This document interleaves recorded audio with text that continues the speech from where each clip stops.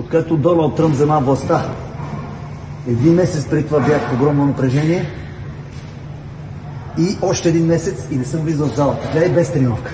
Фитнес мафия. Първа тренировка. Има ли? Това ще има кантара. Фитнес мафия. Първа тренировка. Извади си рамото. Ето това рамо. Не мога да лъсна бастуна, бе. Но мускула лъска. Фитнес мафия.